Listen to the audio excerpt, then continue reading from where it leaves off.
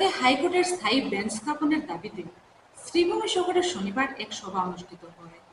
বিপিনচন্দ্র পাল স্মৃতি প্রেক্ষাগৃহে অনুষ্ঠিত সভায় দাবির সপক্ষে বিভিন্ন যুক্তি তুলে ধরেন বক্তারা। সিদ্ধান্ত নেওয়া হয়েছে, আন্দোলনের রূপরেখা ঠিক করতে একটি কমিটি গঠন করা হবে। সভায় উপস্থিত ছিলেন প্রত্যাশাজনক।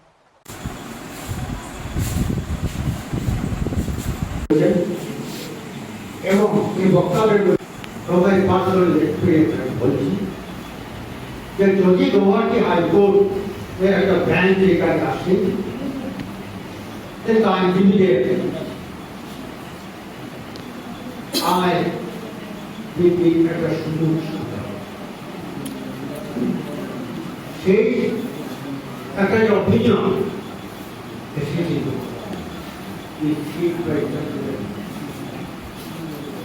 আমি বলেছিলাম শেষ পর্যন্ত আমাদের বাইরের মিটিংগুলো ছিল না ততক্ষণ পর্যন্ত পরিষ্কার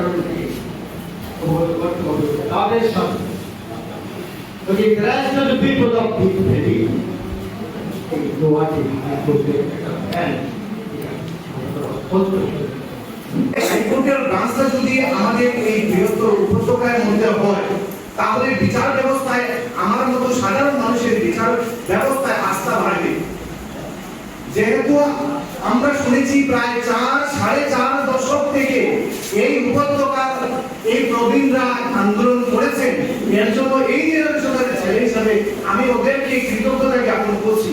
কিন্তু কোনো না কোনো জায়গায় হয়তো আমাদের ভুল ত্রুটি ছিল, না হলে এই বিজেপির আন্দোলনের ফলে অনেক দাবি আদায় করা যায়, তাহলে আমাদের দাবি কেন আদায় হচ্ছে না? এই যে সব জেনারেশনে আজকে আইনজীবীরা যে আন্দোলন করেছেন, ওনাদের বিবেকের কারণে আন্দোলন করেছেন সহ অন্য বিভিন্ন কারণে আন্দোলন করছেন, কিন্তু ওটা একটা শ্রেণীর মধ্যে সীমাবদ্ধ না রেখে কিভাবে ওটা গণ আন্দোলন করা যায়, এই জন্যই আজকের এই সভা।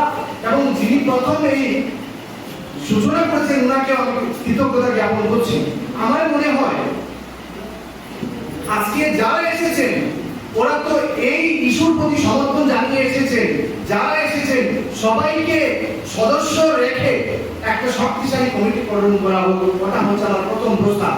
দ্বিতীয় প্রস্তাবটা হচ্ছে একটা কার্যকরী কমিটি গঠন করা হোক এবং এই কমিটি সমস্ত জেলার সব ধরনের প্রতিনিধিদেরকে রেখে একটা কমিটি গঠন করা হোক।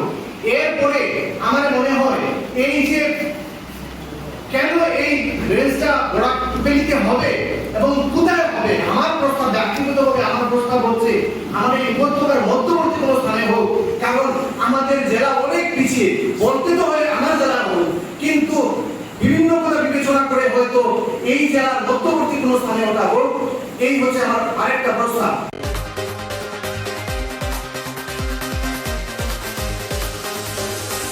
দল বিরোধী কার্যকলাপের জন্য একজন সদস্যকে আগামী 6 বছরের জন্য দল থেকে বহিষ্কার করে করিমগঞ্জ কংগ্রেস।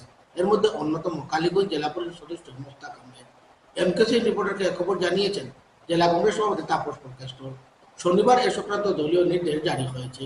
তখন একটা রিভিউ কমিটি এসেছিল, আমিনুল ইসলাম বিধায়ক, ওনাকে দিয়ে 3 জন একটা রিভিউ কমিটি এসেছিল এবং সেখানে আমাদের দক্ষিণগঞ্জের বিধায়ক আমিনুল চৌধুরী সেই নামগুলো উপস্থাপন করেছিলেন, ওপেনলি করেছিলেন।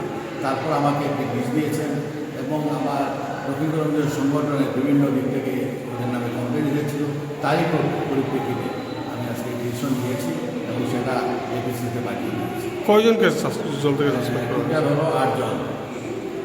কে কে রয়েছেন এর মধ্যে? নাম হচ্ছে Mushtaq Ahmed, DC member Jahir Ahmed Chowdhury DCC, Injamul Haque secretary DCC, Ruhan Ahmed Tabadar, Parvez Munshi youth Congress, Abdul Basid C member, AP member, Basid Ahmed secretary DC, Abul Rashid secretary DC. সংঘবদ্ধ করতে হলে এভাবে করতে হবে।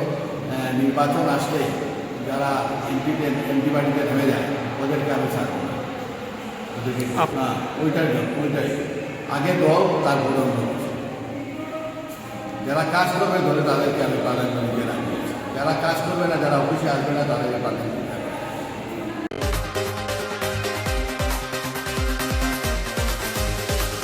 একটা বিজ্ঞাপন বিরতির পর আবার ফিরছি, সঙ্গে থাকুন।